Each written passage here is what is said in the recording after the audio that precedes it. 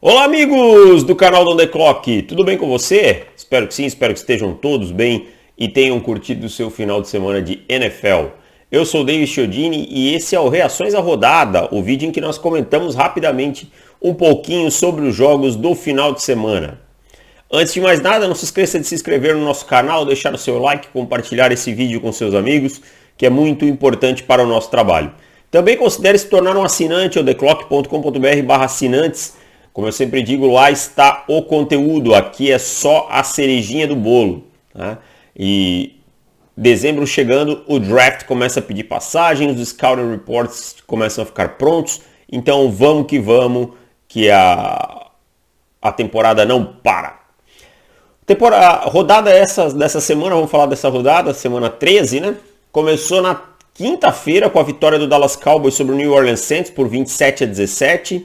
Um jogo em que os Saints sofreram bastante e vão sofrer pela falta de um quarterback depois da lesão do James Winston. O Taysom Hill foi o titular, foram 4 interceptações, até conseguiu algumas boas jogadas, especialmente correndo com a bola. Né?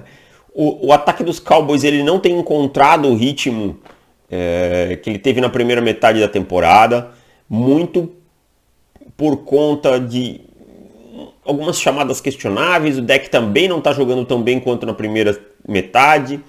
O jogo corrido não funcionou, mas aí eu acho que é muito mérito do Saints, que tem uma grande defesa contra o jogo corrido. Mas uma vitória importante para os Cowboys para manter a liderança nessa NFC East, né, quando alguns times começavam a ameaçar. Porém, os Cowboys precisam realmente encontrar um pouco de melhora nesse ataque, encontrar um ritmo melhor, coisa que tem faltado nas últimas semanas. Passando para o domingo, Tampa Bay Buccaneers 30, Atlanta Falcons 17, até o primeiro tempo foi equilibrado. O problema é que assim, se você não pressionar o Tom Brady, você pode esquecer. Tá? O Tom Brady sofreu um hit no jogo inteiro e nenhum sack. Esquece, ele vai colocar pontos. Ele teve uma pick six num screen, né, que o Marlon Davidson recuperou. Porém, a diferença técnica dos times é muito grande. Tampa Bay vai, mesmo com algumas oscilações e tal, segue vencendo. Já são 9 vitórias e tal. Então, assim, a diferença entre os dois times é muito grande e venceu o que é melhor. Né? O Chris Godwin com uma grande partida ontem. O Vita Vea aparecendo em alguns momentos. Então, mais uma boa vitória do Tampa Bay Buccaneers sobre o Atlanta Falcons. Seguindo, Arizona Cardinals 33, Chicago Bears 22, a volta de Kyler Murray, a volta de DeAndre Hopkins. Ambos voltaram bem. Né? Até que os Bears deram um jogo razoavelmente competitivo, mas cometeram alguns turnovers ali que custaram muito caro. Eu quero destacar no Arizona Cardinals um jogador que merece mais atenção, que é o James Conner. Tem feito uma boa temporada, tanto correndo quanto recebendo, participando do screen game e tal. James Conner ontem com uma recepção interessantíssima para anotar um touchdown. Então o Arizona Cardinals segue sendo a melhor campanha e agora tem a volta dos seus dois principais jogadores ofensivos. Claro que o Kyler Murray em algum momento mostrou um pouco menos de ritmo e tal, é normal, esteve fora por 4 semanas. Né? Então é hora agora de readquirir esse ritmo. Time perfeito fora de casa, 7 vitórias fora de casa. As 2 derrotas que sofreu acabaram sendo em Phoenix. Então, os Bears não brigam por nada, né? Com o Andy Dalton e tal. O David Montgomery é muito bom jogador. Explorou um pouco dessa deficiência no jogo terrestre dos Cardinals, mas não a ponto de ameaçar. Os Cardinals controlaram essa partida e vão fortes para os playoffs. Seguindo com Los Angeles Chargers 41, Cincinnati Bengals 22, um jogo muito louco, começou com um domínio dos Chargers surreal, assim, chegaram a abrir 24-0, aí ameaçaram a tradicional charjada, diminuíram para 24-22, e aí a defesa apareceu, depois o Herbert apareceu também, e meteu um 41-22. O problema é que as duas equipes oscilam demais. Isso que aconteceu no jogo, né, essa montanha russa, tem acontecido na temporada desses times. Isso é muito perigoso, especialmente quando você chegar num jogo de mata-mata. Austin Ekeler com um jogo miserável, sofreu 2 fumbles que colocaram os Bengals na partida, né? O Josh Palmer, numa bola que o Justin Herbert lançou, ele acabou espalmando a bola para o recebedor. No outro lado, o Jamar Chase também não foi bem. O Joe Burrow quebrou o dedo, voltou com muita dor e aí a coisa complicou. O Joe Mixon sofreu o fumble que deu um momento do jogo para os Chargers, que eles abriram a vantagem. Então foi um jogo de muitos erros, assim, né? E os Chargers souberam aproveitar melhor, né, para sair vitoriosos, para dar mais um passo rumo aos playoffs. Ficam agora com a mesma campanha que os Bengals e tal, só que não dá para falar muito do que esperar do futuro desses times que oscilam demais. Seguindo com Minnesota Vikings 27, Detroit Lions 29. Ah, meu amigo, quando você perde um jogo para os Lions, tomando um drive do Jared Goff para virar o jogo sem timeouts, em que ele andou o campo inteiro, você está com problemas. Os Vikings ganham numa semanas seguidas de Chargers e Packers, aí perdem dos 49ers e perdem dos Vikings. Perdem dos Lions, desculpa. Complicaram demais a sua situação, tá? Complicaram muito. Sei lá, esse time não flui, nunca consegue inspirar confiança. O Mike Zimmer é um treinador para mim com prazo de validade já expirado e tal. Do outro lado, o Lions, que não tem nada a ver com isso, fez o seu trabalho, a primeira vitória, o Dan Quinn comemorou bastante e tem que comemorar mesmo, porque tira um peso das costas. Eu não acho que o Dan Quinn vai fazer um grande trabalho em Detroit, porém quem está lá dentro tem que acreditar, né? Então, assim, da forma como foi a vitória, os jogadores e o treinador comemoraram muito e tal, porém não é nada que os Lions possam criar grande esperança, né, nesse ano, não é uma virada de chave e tal. Esse ano agora tem que servir muito como uma peneira para ver quem presta e quem não presta. Seguindo com Giants 9, Miami Dolphins 20. Um bom jogo do Tua Tagovailoa, um bom jogo da defesa dos Giants, para variar o Xavier Howard com uma interceptação. O Jalen Waddle é o calouro com mais recepções na temporada. É um cara que está no ritmo aí de bater o número de recepções do Anquan Boldin em 2003, né? O Jalen Phillips aparecendo, o Javon Holland aparecendo. Então, amigos, no fundo, esse draft do Miami Dolphins foi muito bom. Esses 3 caras que foram as 3 primeiras escolhas, jogando muito bem e tendo impacto imediato. Agora, quanto aos Giants, o ataque é muito ruim, né?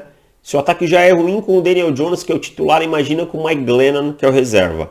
Então, assim, os Dolphins também não tiveram um grande volume ofensivo, porém o suficiente para vencer esse time de New York, e os Dolphins estão na briga ainda, né? Precisam de muita coisa, precisam manter essa sequência positiva, precisam que essa defesa continue jogando em alto nível, porém ainda respiram. Seguindo com Eagles 33, Jets 18, Jalen Hurts não jogou e Gardner Minshew jogou como titular, teve uma grande partida. Coloca uma pulguinha? Não, acho que não. Acho que o Jalen Hurts volta como titular. O Minshew é um QB que tem bons jogos, mas também é bem inconsistente, né? Os Jets com muitos problemas, especialmente na secundária. E aí o ataque no segundo tempo sumiu por completo, né? Então os Jets também é um time que já tem que pensar em 2022. Os Eagles seguem aí numa caçada na tentativa de playoffs. Uma grande partida do Dallas Goedert, né? Com um jogo muito bom, ajudando muito o Gardner Minshew e aparecendo como um alvo, porém não é os Eagles não são um time que me encantam assim. Não sei, tem algo nesse time que também não flui muito bem. E fechando os jogos do primeiro horário, vitória do Indianapolis Colts por 31-0 sobre o Houston Texans, desculpa. Os Texans é um time que não tem rumo nenhum, né? Essa é a verdade. Os Colts são um time bem melhor. Pelo chão, Jonathan Taylor quase 150 jardas. O Carson Wentz fez o feijãozinho com arroz. Vitória protocolar de um time que é bem superior ao Houston Texans. Passando para os jogos do segundo horário. Vitória do Washington Football Team sobre o Las Vegas Raiders no estouro do relógio. Com um field goal, né? Os Raiders só foram conseguir anotar touchdown no último período. Isso prova de uma melhora dessa defesa de Washington. E aí o Taylor Heinicke, que é um quarterback que fez o suficiente, né, para anotar 17 pontos. Então, assim, os Raiders davam a impressão que iriam voltar depois de vencer o Dallas Cowboys, que iriam voltar para uma sequência, mas tem 4 derrotas nas últimas 5 partidas. Isso é um complicador enorme para os Raiders, né? Enquanto o Washington vem, pelo contrário, uma sequência positiva, hoje estaria nos playoffs e tal. Não é um time encantador, mas é um time que dentro das suas limitações tem feito um bom trabalho. Não sou um grande fã do Taylor Heinicke, mas acho que ele tem feito um trabalho sólido. O Anthony Gibson jogando bem nas últimas semanas, né? A defesa começando a aparecer, mesmo com os desfalques. Então, é um bom trabalho de Washington nessa corrida final, nesse sprint final. Jaguars 7, Rams 37. Um jogo mais ou menos parecido com o que eu falei sobre Texans e Colts. A diferença dos dois times é muito grande. Os Rams até no primeiro tempo também demoraram um pouquinho em emplacar, mas no segundo tempo conseguiram colocar um pouco mais de ritmo. É um jogo para ganhar confiança. Os Jaguars são um time completamente perdido. Urban Meyer faz um péssimo trabalho, não consegue dar um pouquinho de padrão para esse time, tá? E os Rams seguem aí, agora voltam à coluna das vitórias, para quem sabe reencontrar a confiança que vinha em falta depois de 3 derrotas consecutivas, né? Stafford teve um jogo sólido, estatisticamente foi bom, mas teve algumas jogadas que deixou no campo, mas Cooper Kupp apareceu muito bem, o Sonny Michel fazendo um grande jogo, já que o Darrell Henderson está voltando de lesão. O Odell Beckham Jr. anotou seu primeiro touchdown. Então, às vezes, é só preciso isso aí, um cupcake para o time voltar mais forte. Nesse momento, os Jaguars foram um grande cupcake e os Rams venceram com uma boa vantagem. Passando para Steelers 20, Ravens 19.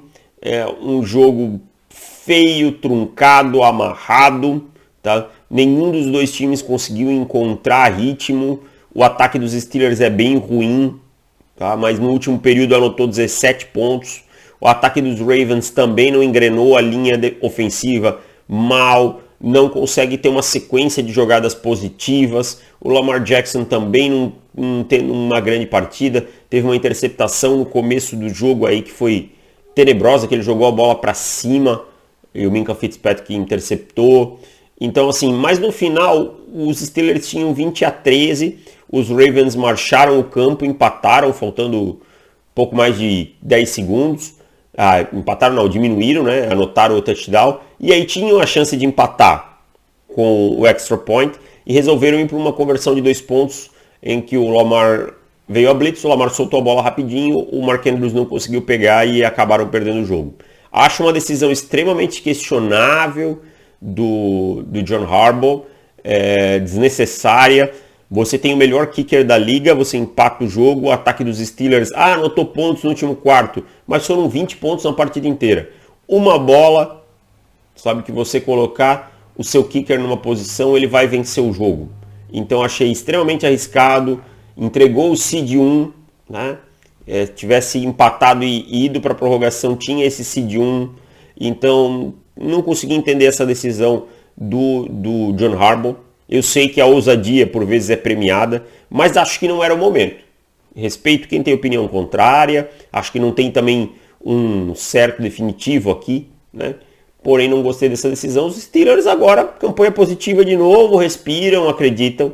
Porém, mesmo que esse time vá aos playoffs, é muito difícil com o nível que esse ataque tem jogando de conseguir alguma coisa, sabe?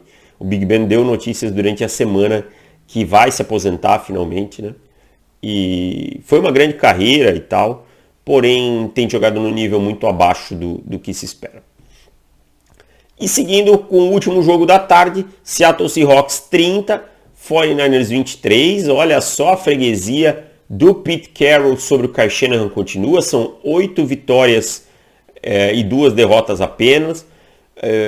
Seattle com algumas ousadias aí, com fake punt que virou touchdown, com o Russell Wilson voltando a ter um jogo pelo menos razoável, claro, não é um jogo padrão Russell Wilson, mas muito melhor do que vinha mostrando.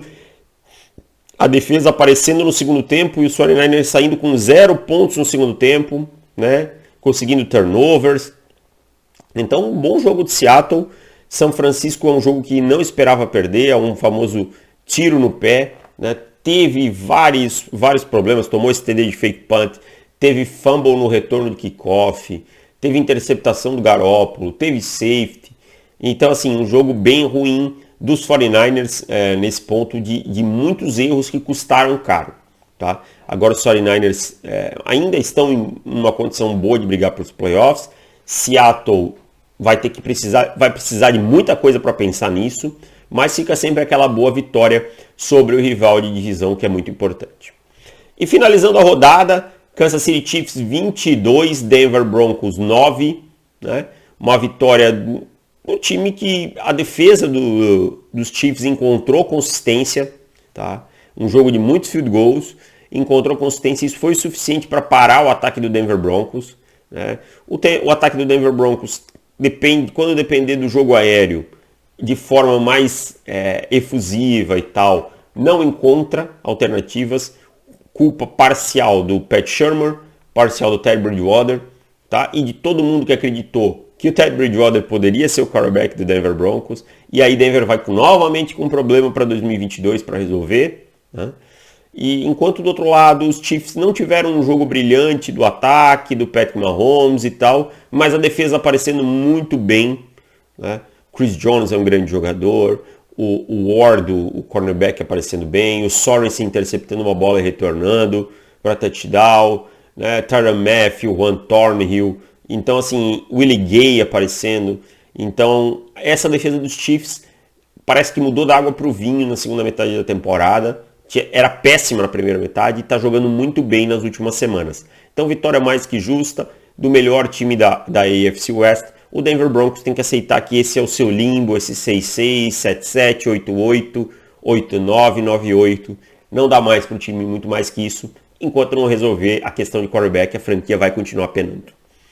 Então esses foram os meus pequenos pitacos sobre reações à rodada aí. E espero que vocês tenham gostado. Voltamos em breve. Valeu e tchau!